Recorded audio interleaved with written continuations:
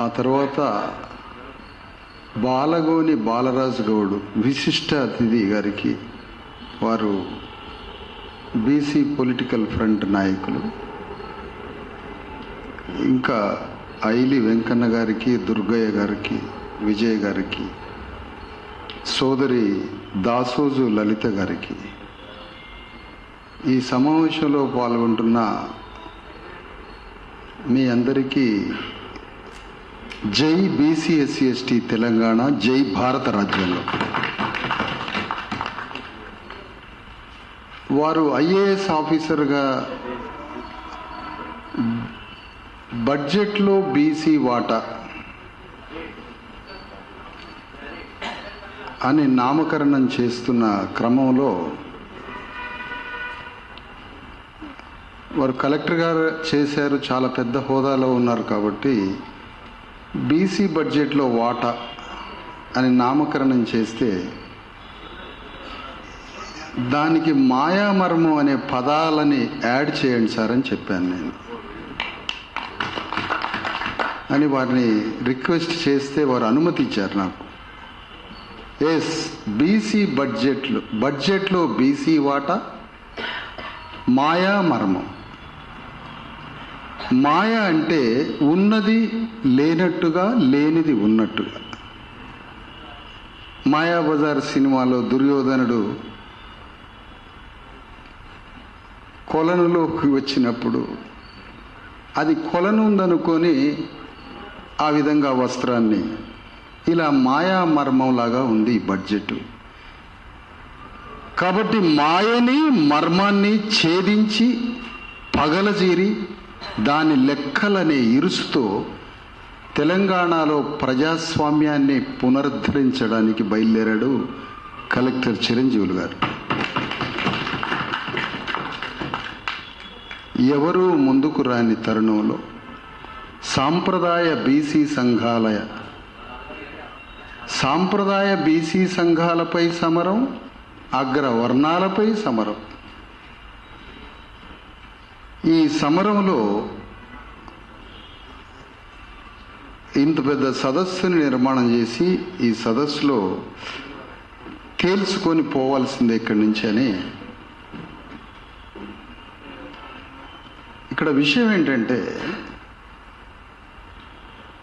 మనం అందరం ఒక యజమాని దగ్గరికి పోయి మాకేమైనా ఇస్తారా అని అడుగుతున్నాం. మనం ప్రజాస్వామ్యంలో ఈ మాటకి చోటు లేదే.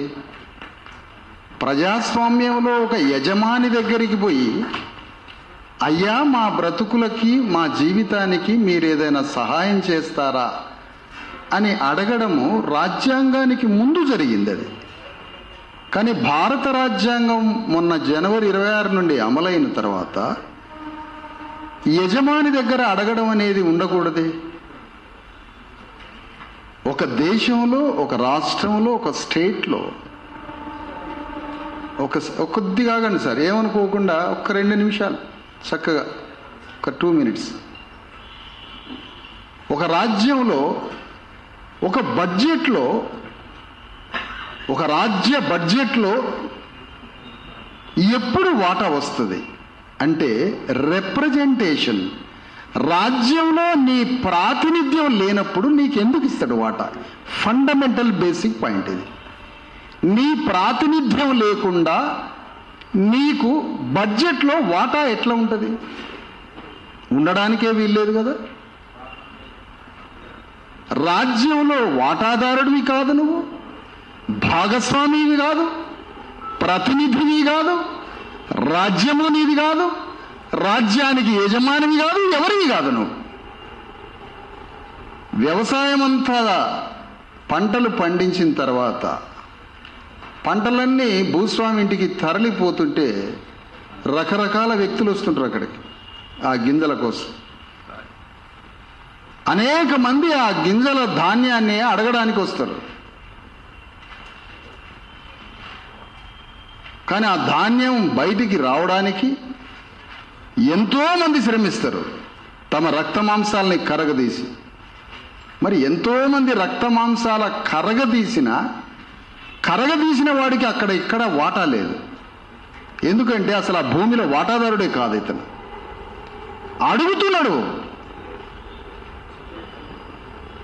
అడుగుతున్నప్పుడు యజమాని ఇయ్యడు. నువ్వు ముందే తెలంగాణ రాజ్యంలో వాటాదారుడు అయి ఉంటే, తెలంగాణ రాజ్యంలో నువ్వు భాగస్వామి అయి ఉంటే, నీ భాగం నీకు రాసి పెట్టి గౌన్లో ఆయనకి ఎంత బడ్జెట్, చాకల ఆయనకి ఎంత బడ్జెట్, పద్మశాల ఆయనకి ఎంత బడ్జెట్, నోబాడిక్ ట్రైబ్స్కి ఎంత బడ్జెట్ అని 112 కులాలు కాదు 200 కులాలకి సమాన వాటా మనం భాగస్వాములం అయితే మన ఇంటికి నడిచి వచ్చేది బడ్జెట్. నువ్వు వాటాదారుడు కాదు కదా, నువ్వు వాటాదారుడు కాదు. తమిళనాడు రాష్ట్రంలో అక్కడ రాజ్యంలో అణగారిన కులాలు వాటాదారులు కాబట్టి, అక్కడ రాజ్యంలో అణగారిన కులాలు భాగస్వాములు కాబట్టి, అక్కడ రాజ్యంలో అణగారిన కులాలే ప్రభువులు కాబట్టి ఆ బడ్జెట్ వాటాని సమానంగా పంచుకునే అవకాశం ఉంది. అట్లా పంచుకుంటున్నారు కూడా. అందుకనే మన దేశంలో ఏ పని చేసినా అందులో వర్ణం కులం ఎంటర్ అయింది. ఎంటర్ కాక తప్పదు. నిన్న కేంద్ర బడ్జెట్ అది వర్ణ బడ్జెట్, రేపు పెట్టబోయే తెలంగాణ రాష్ట్రంలో బడ్జెట్ కుల బడ్జెట్. అది వర్ణ బడ్జెట్, ఇది కుల బడ్జెట్. పంజాబ్లో ఉన్నటువంటి జాట్ రైతులకు ఎంత బడ్జెటు, బీహార్లో ఉన్న భూమిహార్లకి ఎంత బడ్జెటు అని ఢిల్లీ క్షేత్రంలో ఉన్న పాలక అగ్రకులాలు, పాలక బ్యూరోక్రాట్స్ బడ్జెట్ వస్తుందనంగా ఎన్నో నెలలకు ముందుగానే కసరత్తు చేసుకొని భాగాలన్నీ పంచుకుంటారు. అది తెల్లారి పేపర్కి వస్తున్నప్పుడు సామాన్యులో మనం చూస్తాం, ఇందులో మాకేముంది, ఎక్కడ రాసింది అని. భాగాలన్నీ రాజ్య భాగస్వాములు, ఆ భాగస్వాములైన అగ్రకులాలు బ్యూరోక్రాట్స్ అందరూ కలిసి ప్రణాళికాబద్ధంగా బడ్జెట్ని అందరూ పంచుకుంటారు. అది మీడియాలోకి వచ్చినాక మా ఎస్సీ ఎస్టీలకి ఏముంది, మా బీసీలకి ఏముంది ఇందులో అని మనం పేపర్లు చూసుకుంటాం. ఇక్కడ విషయం ఏంటంటే 2 విషయాలు. రాజ్యం వచ్చిందాకా బడ్జెట్ రాదా అంటే 2 విషయాలు. రాజ్యం వచ్చేదాకా బడ్జెట్ కాదు, రాజ్యం రాకముందు కూడా బడ్జెట్ వస్తుంది. సాంప్రదాయ అగ్రకుల పార్టీల నీడలో లేని బీసీ ఎస్సీ ఎస్టీలు స్వతంత్రంగా రాజ్యంపై నికార్సైన యుద్ధం చేస్తే నీ బడ్జెట్ నీకు వస్తుంది. ఆ యుద్ధం జరుగుతుందా తెలంగాణలో? జరగడం లేదు. ఆ యుద్ధము లేదు, రాజ్యము లేదు. యుద్ధం లేకపోయా, రాజ్యం లేకపోయా. యాడ్ నుంచి వస్తుంది నీ వాటా? ఎక్కడి నుంచి రావాలా వాటా? తెలంగాణ రాష్ట్రము, తెలంగాణ రాష్ట్రాన్ని ప్రతిపాదించి తెలంగాణ రాష్ట్ర సాధన పోరాటంలో మన అన్ని కులాలు పాల్గొన్నప్పుడు తెలంగాణ రాష్ట్ర ఉద్యమానికి సారథి అయిన చంద్రశేఖరరావు ఉమ్మడి రాష్ట్రంలో ఉన్నప్పుడు ఒడ్డెర వాళ్ళకి ఏ బడ్జెటు లేదు, ఉమ్మడి రాష్ట్రంలో ఉన్నప్పుడు పద్మశాలిలకి ఏ బడ్జెటు లేదు, ఉమ్మడి రాష్ట్రంలో ఉన్నప్పుడు చాకలి మంగళకి ఏ బడ్జెటు లేదు. ప్రత్యేక రాష్ట్రం వస్తే అణగారిన కులాలైన 90% ఉన్నటువంటి అణగారిన కులాలకి బడ్జెట్ మొత్తం 90% మీకు కేటాయిస్తాను అని వాగ్దానం ఏమైనా ఇచ్చిండా మనకి? మరి ఇయ్యకపోయినా నువ్వు తెలంగాణ ఉద్యమంలో ఎందుకు పాల్గొన్నావు? ప్రత్యేక తెలంగాణ రాష్ట్ర సాధన సాధించినప్పుడు మన అణగారిన కులాలందరికీ ఉమ్మడి రాష్ట్రంలో మీకు బడ్జెట్ లేదు, తెలంగాణ రాష్ట్రం వస్తే 90% బడ్జెట్ అణగారిన కులాలకే అని ఎక్కడైనా మాట్లాడిండా? మరి మాట్లాడకపోయినా శివాలు ఎందుకు ఊగినావు నువ్వు తెలంగాణ కోసం? ఎలాంటి ఒప్పందం లేదు అణగారిన కులాలకి తెలంగాణ రాష్ట్ర సాధకులకి మధ్య. ఏ ఒప్పందం లేకపోయినా వ్యవసాయం చేసేటప్పుడు భూస్వామికి లేదా రైతుకి ఆ వ్యవసాయంలో పనిచేసే పశువులకి మధ్య కూడా ఏ ఒప్పందం లేదు. వ్యవసాయం పుట్లకు పుట్లు వందల వేల బస్తాలు లక్షల బస్తాలు కూడా మార్కెట్కు పోయి ట్రాక్టర్లలో పైసలు తీసుకొని వస్తారు. అక్కడ వ్యవసాయంలో పనిచేసిన పశువులకి రైతుకి ఎలాంటి అగ్రిమెంట్ లేదు, మా వాటా ఎంత అని. తెలంగాణ ఉద్యమంలో కూడా మనం కూడా అంతే, మనకు కూడా వాటాలో ఏమి లేదు. ఎందుకంటే తెలంగాణ రాష్ట్ర సాధకుడికి ఈ రాష్ట్రంలో ఉన్న అణగారిన వర్గాలకి మధ్య ఏ ఒప్పందము లేదు. ఏ ఒప్పందము లేకపోయినా తెలంగాణ రాష్ట్రం వస్తే చాలనుకున్నాడు పాపం మనోడు. ఏ ఒప్పందం లేదు కానీ నీకు అగ్రిమెంట్ ఏది? తెలంగాణ రాష్ట్రం వస్తే వడ్డెర వాళ్ళని అసెంబ్లీలో ఒక 5గురిని ఎమ్మెల్యేలను చేస్తాను అనే ఒప్పందం ఉండి ఉన్నట్లయితే, ప్రతి కులము తెలంగాణ రాష్ట్ర అసెంబ్లీలో ప్రతి కులము అందులో ప్రతినిధులుగా ఉండి ఉన్నట్లయితే, రాష్ట్ర బడ్జెట్ రచించేటప్పుడు అన్ని కులాల వాటాని ముందుగానే రాసుకొని ఆ వాటాని పొంది తెలంగాణ రాష్ట్ర బడ్జెట్లో లక్షల కోట్లు మన బీసీ ఎస్సీ ఎస్టీలు పంచుకునేవాళ్ళు. నీ ప్రతినిధే లేడు రాష్ట్ర బడ్జెట్ రాసే దగ్గర. నీ ప్రతినిధి లేడు, వడ్డరాయన లేడు, మేదరాయన లేడు, కుమ్మరాయన లేడు, చాకలాయన లేడు, నీ ప్రతినిధులే లేరా. మరి అక్కడ పంచేటప్పుడు మనిషి అనేవాడు లేనప్పుడు నీకు బడ్జెట్ ఎక్కడి నుంచి వస్తుంది? లోపట మనిషి లేడు, బయట యుద్ధం చేసేవాడు లేడు. లోపట మనిషి లేడు, బయట యుద్ధం చేసేవాడు లేడు.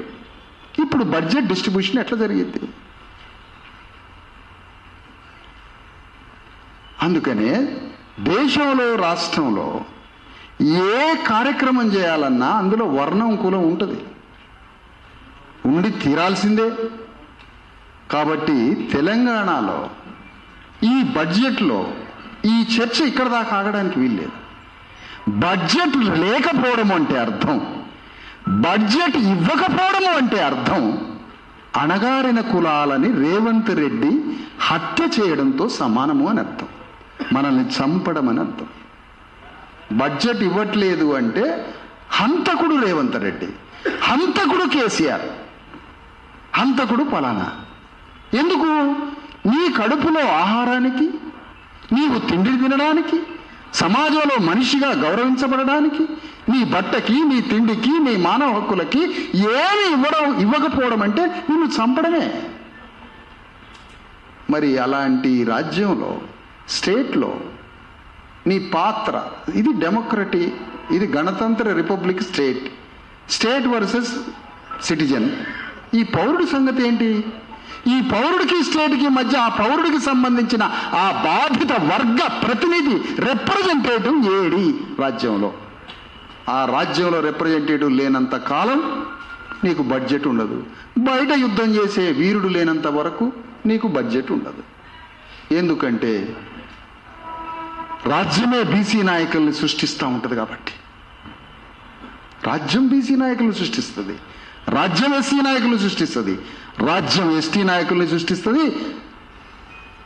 అది రాజ్యం యొక్క ధర్మం. అందుకని ఇక్కడి నుంచి మనం బడ్జెట్లో బీసీ అంటే అక్కడ బీసీ అనే అర్థం, బీసీ ఒక్కటేనే కాదు దాని అర్థం. బ్యాక్వర్డ్ క్లాస్, అణగారిన కులాల అందరి బడ్జెట్ గురించి మాట.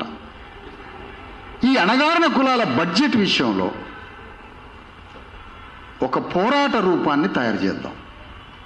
ఈ పోరాట రూపాన్ని తయారు చేసి ఆ పోరాటంలో ఇన్ని డిమాండ్లు పెట్టి, ఈ డిమాండ్ల సబ్జెక్టుని పెట్టి, ఆ డిమాండ్లను తోటి అది అయ్యే వరకు, ప్రకటించే వరకు ఒక నిరంతర సుదీర్ఘ దశల వారి ఒక పోరాట రూపాన్ని తయారు చేయాలి.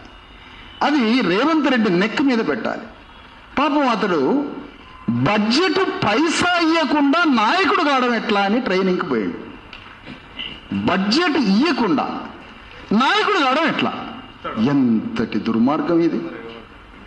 అంటే ఒక్క పైసా విధించకుండా నాయకుడు ఎట్లయితాడు? అంటే నాయకుడని నమ్మే జనం ఉన్నారు కాబట్టి, నాయకుడని నమ్మే జనం మన దగ్గర ఉన్నారు కాబట్టి.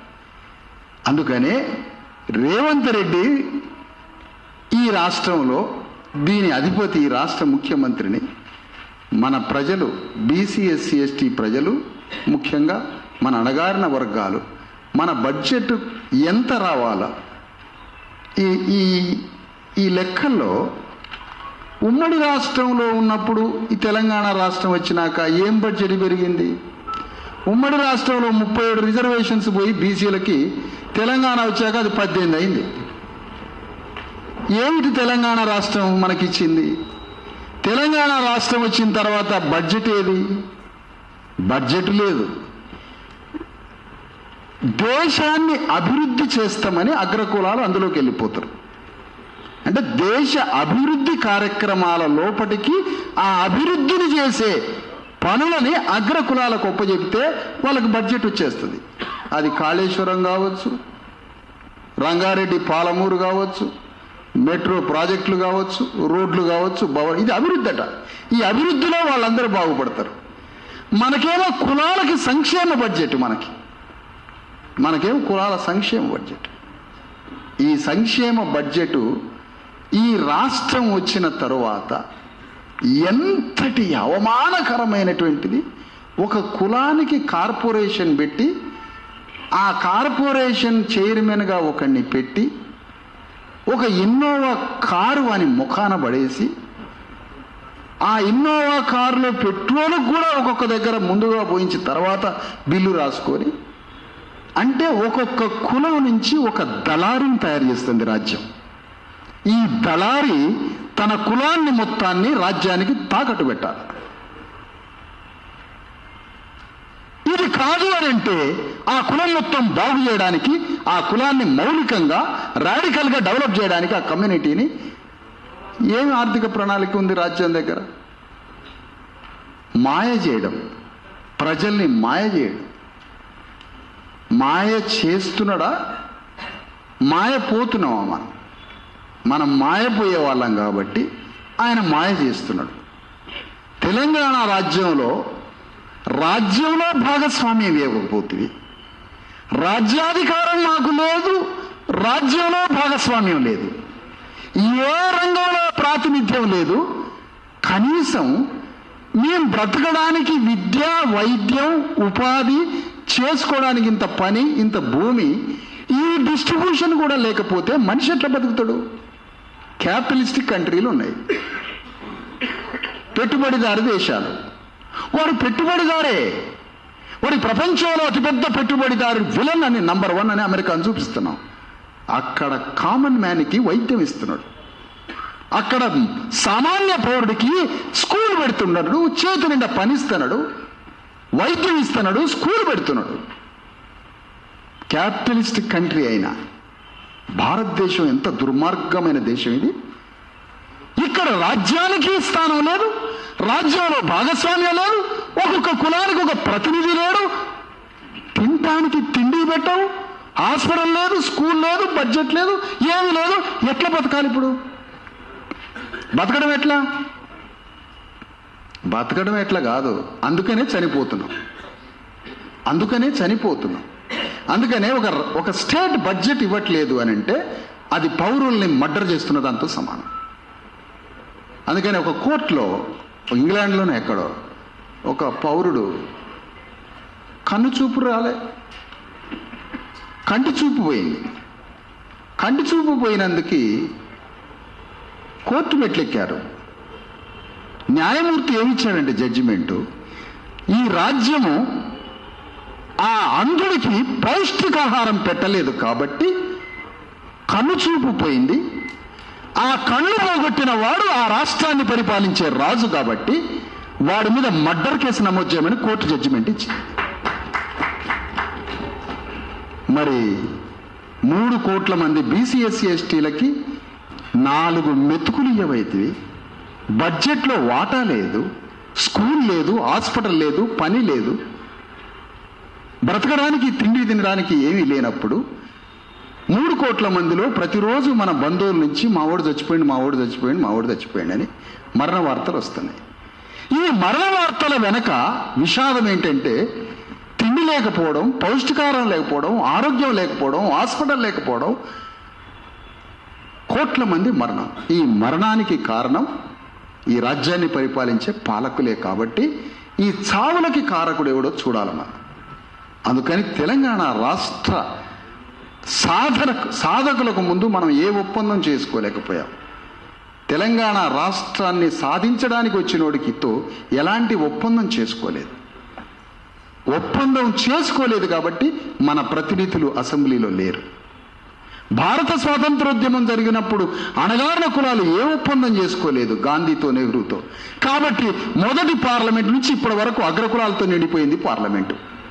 అందులో ప్రతినిధి లేదు. ఒప్పందం చేసుకోవడానికి మనిషి ఉంటే కదా మనతో మన తరఫున మనిషి లేడు. కాబట్టి ఒక రాజ్యంలో అణగారిన కులాల అసంఖ్యాకంగా ఉన్న 90% ప్రజల తరఫున ప్రతినిధులు అసెంబ్లీలో లేకపోవడం వల్ల అసెంబ్లీలో ఒక్క నిమిషం అన్న ప్లీజ్ ఏమనుకోవద్దు, మాట్లాడబాకండి. మేము చూడటానికి చాలా మంచి మనుషుల్లా కనపడతారు. కాబట్టి ప్రతినిధి లేడు. కాబట్టి అక్కడ బడ్జెట్ డిస్ట్రిబ్యూషన్ చేసుకునే బడ్జెట్కు ముందు వారం రోజుల ముందో, నెల రోజుల ముందో, 2 నెలల ముందో ఎవరెవరు ఎంతెంత బడ్జెట్ తీసుకుపోతున్నారో ఆ తీసుకుపోయే దగ్గర ఒక్కడు మన అణగారిన కులస్తుడు ప్రతినిధి లేడు. కాబట్టి ఆ వాటా మనకు రావడం లేదు. అందుకని ఇందు మూలంగా మీ అందరికీ తెలియజేయండి ఏంటంటే, ఇందాక నోబాడిక్ ట్రైబ్ పెద్ద మనిషి, అయ్యా మా కులాలని గుర్తించండి అయ్యా, మేము బిచ్చగాళ్ళం, మా కులాలకి ఈ రాజ్యంలో వాటా ఎంత అయ్యా అని మాట్లాడాడు. మేము ఇప్పుడు రాష్ట్ర స్పీకర్ గడ్డం ప్రసాద్ కుమార్ గారి దగ్గరికి పోతున్నాం. ఆల్రెడీ లెటర్ పంపించాను, పోతున్నాం. ఎందుకు అంటే, అయ్యా గౌరవ స్పీకర్ గారు గడ్డం ప్రసాద్ గారు, పేరు నామం వాడొచ్చో లేదు, స్పీకర్ గారు ఈ రాష్ట్ర అసెంబ్లీని బీసీ ఎస్సీ ఎస్టీ కులాలు ఒక 100, 120, 130 ఉన్నాయి. ఈ 130 మా బీసీ ఎస్సీ ఎస్టీ కులాలకి ఒక్క 2 రోజులు మాక్ అసెంబ్లీని మాకు ఒక్కసారి ఇవ్వండి. అందరం కులాలు అందులో కూర్చొని రాష్ట్ర బడ్జెట్ ఒక్కొక్క కులానికి ఎంత కావాలి, మా కులాలను బాగు చేసుకోవడానికి, మా కులాలు బతికి బట్టగట్టడానికి, మా కులం కూడా తెలంగాణలో గౌరవంగా బతకడానికి, మా కులాన్ని ఎట్లా బాగు చేసుకోవాలో మొత్తం ప్రణాళికలు మాట్లాడుకుంటూ ఒక్కసారి అసెంబ్లీ 2 రోజులు మాకు ఇవ్వండి.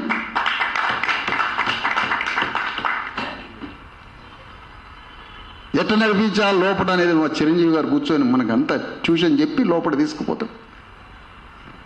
ఆ అసెంబ్లీ 2 రోజులు మనకి ఇస్తే ఒడ్డరాయన కూర్చుంటాడు తెలంగాణ అసెంబ్లీలో, గంగపుత్రుడు కూర్చుంటాడు, భూమిపుత్రుడు కూర్చుంటాడు, అడవిపుత్రుడు కూర్చుంటాడు.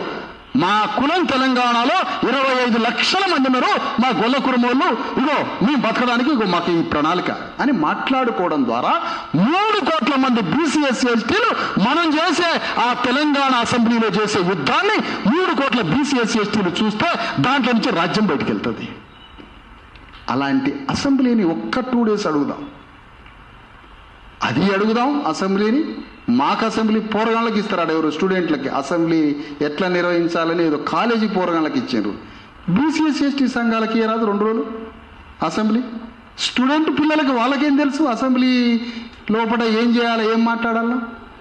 బీసీఎస్సీ ఎస్టీ రగిలిపోతున్న బీసీఎస్సీ ఎస్టీలకి 30-40 ఏళ్ల నుంచి ఉద్యమాలు చేస్తున్న బీసీఎస్సీ ఎస్టీ నాయకులందరికీ ఒక్క 2 రోజులు అసెంబ్లీ, 48 గంటల అసెంబ్లీ నడిపిస్తాం బువ్వ నీళ్లు పనిచేసి. ఏం చేయాలో ఎట్లా చేయాలని ఆ ప్రణాళికలు.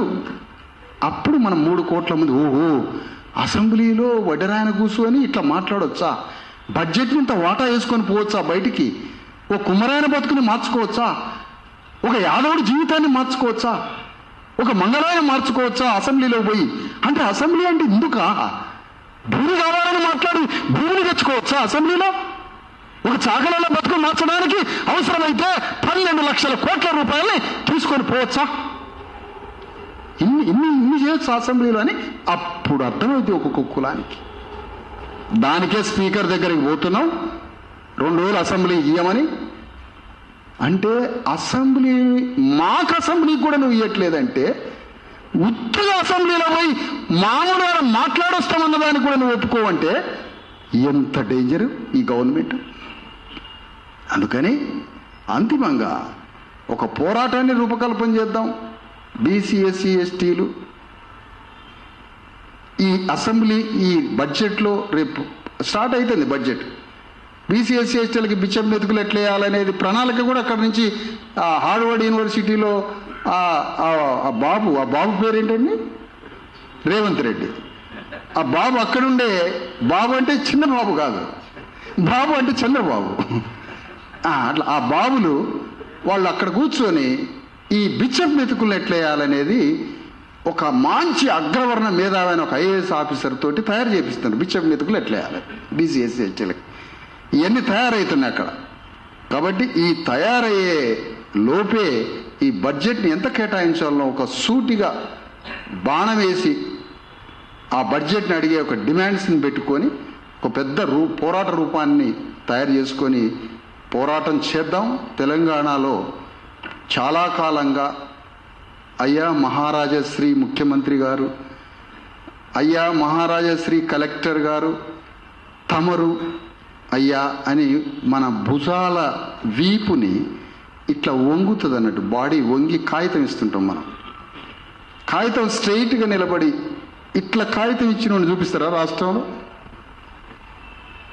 ఎవడు ఉంచుతున్నాడు ఈ వెన్నుపూసని? నేను అది అర్థం కావట్లేదు అసలు. ఆ ప్రోగ్రాం ఎవడు ఉంచుతున్నాడు? బాడీని మొత్తం ఉంచి మహారాజశ్రీ లేదు, ఇక మహారాజశ్రీ లేదు. ముఖ్యమంత్రి మీద తెలంగాణ రాష్ట్రంలో స్ట్రైట్గా పోరాడేటువంటి ఒక యుద్ధం మొదలు కావాలి. నిటారుగా నిట్టనిలు వెన్నపూసతో యుద్ధం స్టార్ట్ చేయాలి. ఈ యుద్ధం మొదలయ్యేది ఎవరి ద్వారా అయింది అంటే ఇక్కడ కన్ఫ్యూజ్ ఉంది. రాజ్యాధికారమా మన డిమాండ్స్ని పరిష్కరించటమా? చాలా చాలా కన్ఫ్యూజ్ వర్డ్స్. కొంచెం క్లారిటీ తీసుకోండి. రాజ్యమేనా? రాజ్యం కోసం పోరాడేవాడే, రాజ్యాన్ని తేవడానికి పోరాడేవాడే హక్కుల కోసం కూడా రాజీ పడకుండా యుద్ధం చేస్తాడు. ఇది బేసికల్ పాయింట్. ఇది రాజ్యం కోసం పోరాడని వాడు రేవంత్ రెడ్డికే రాజ్యం రావాలని, మోడీకే రాజ్యం రావాలని కోరుకునే బీసీ ఎస్సీ ఎస్టీ సంఘాలు పోరాటం కూడా చేయడు, వాడు రాజీ పడతాడు. ఎందుకంటే రాజ్యం కోసం పోరాడేవాడికి ఆత్మగౌరవం ఉంటుంది. అందుకని ఒక పక్కన రాజ్యం కోసం యుద్ధం చేస్తూనే ఈ బడ్జెట్ కోసం, హక్కుల కోసం తెలంగాణలో ఒక నూతన విప్లవం, సామాజిక విప్లవం రావాలి తెలంగాణ రాష్ట్రంలో. ఆ నూతన విప్లవం సామాజిక విప్లవం, ఇది సోషల్ రెవల్యూషన్. ఇది వర్గ పోరాటంలో సమిధలైనం. వర్గ పోరాటం, భూస్వాముల మీద శ్రామికుల పోరాటం జరిగింది 70 ఏళ్ళు. దాన్ని క్యాస్ట్ స్ట్రగుల్గా మార్చాలి, క్లాస్ స్ట్రగుల్ నుంచి. ఎందుకంటే భూస్వాములల్లా సాకలైన భూస్వామి లేడు తెలంగాణలో. భూస్వామి ఎందుకంటావురా నువ్వు? అవలాగా నేను అవలాగా అంటున్నా. భూస్వామి అని ఎందుకు నిర్వచించినావు? ఎందుకు నిర్వచిస్తున్నావు భూస్వామి అని? అగ్ర కులాలు భూస్వామిలో మంగళాయన లేడు, సాకలాయన లేడు, గొల్లాయన లేడు, గుళ్ళ కుర్మాయన లేడు, గౌన్లాయన లేడు. ఏ సమస్త సబ్బండ కులాలు భూస్వాములు లేరు. అగ్రవర్ణాలు భూస్వాములు. శ్రామిక వర్గాల్లో అగ్రవర్ణాలు లేరు. ఉన్నారు అని చూపిస్తే ఆ ఒక్క పాయింట్ కోసం మొత్తం సూత్రం మార్చాలా? ఉన్నారంటే మా వెనకరా జెండా పట్టుకోనో పనిచేయడానికో, కరెంటు పోలెక్కి ఫ్లెక్సీ కట్టడానికో, చిరంజీవి గారి ఫ్లెక్సీ కట్టడానికి కరెంటు పోలెక్కి చిరంజీవి గారి ఫ్లెక్సీ కట్టు. అట్లా మా వెనక రావాల పేద అగ్రవర్ణాలు. అందుకని ఈ తెలంగాణలో ఒక న్యూ స్ట్రగుల్ స్టార్ట్ కావాలి, ట్రెడిషనల్ మూమెంట్ కాకుండా. అలాంటి దానికి తెరలేపడానికి ఈ కార్యక్రమంలో మనం అందరం కొత్తగా ఆలోచించడం మొదలు పెడదాం. కొత్తగా ఆలోచిద్దాం. అవుట్ ఆఫ్ బాక్స్, ఇప్పటిదాకా చేసిన ఆలోచనలు, పోరాటాలు, ఈ బాక్స్ నుంచి బయటకు వద్దాం. ఈ బడ్జెట్ని ఈ విధంగా పోరాడే రూపకల్పన చేయాలని, దాంట్లో బీసీ ఎస్సీ ఎస్టీ జేఏసీగా మేము సంపూర్ణ మద్దతు కాదు, భాగస్వాములు అయి కొట్లాడతాం, పోరాడతాం. ఏదో మా మద్దతు అని చెప్పిపోతారు. నేను మద్దతు అట, మద్దతు ఏందా మద్దతు? అందులో పడి చొక్కా పాయింట్ చింపుకొని కొట్లాడమంటే మద్దతు అని ఇక నువ్వు పత్తా లేకుండా పోవటమా? మద్దతు లేదు, పాడలేదు, భాగస్వాములై కొట్లాడతాం. ఆ విధంగా అందరం ఒక తీర్మానం చేసుకోవాలని. మళ్ళీ నాకు సాగు కబురు వచ్చింది సార్, ఒక సాగు కబురు. ఇందాక అన్నట్టుగానే బంధువులు సాగు కబుర్లు వచ్చినాయి. ఈ సాగు కబుర్లకు పోవాలి నేను. మీటింగ్ ఆద్యంతం కూర్చునేటువంటి ప్రతి మీటింగ్లో ఏం జరుగుతుందో ఇప్పుడు చావు కబురు వచ్చింది. ఈ చావు కబురు కూడా రాజ్యం చేసిన హత్య అది. ఎందుకంటే తిండి లేకనే తెచ్చిండు అక్కడ మనిషి. రాజ్యం చేసిన హత్య కాబట్టి అక్కడికి పోవాల్సి వస్తుందని కోరుకుంటూ సెలవు. ధన్యవాదాలు విశాలానంద మహారాజ్ గారికి. వారి పూర్తి ప్రసంగంలో మనకు బడ్జెట్ రాకపోవడానికి కారణం మన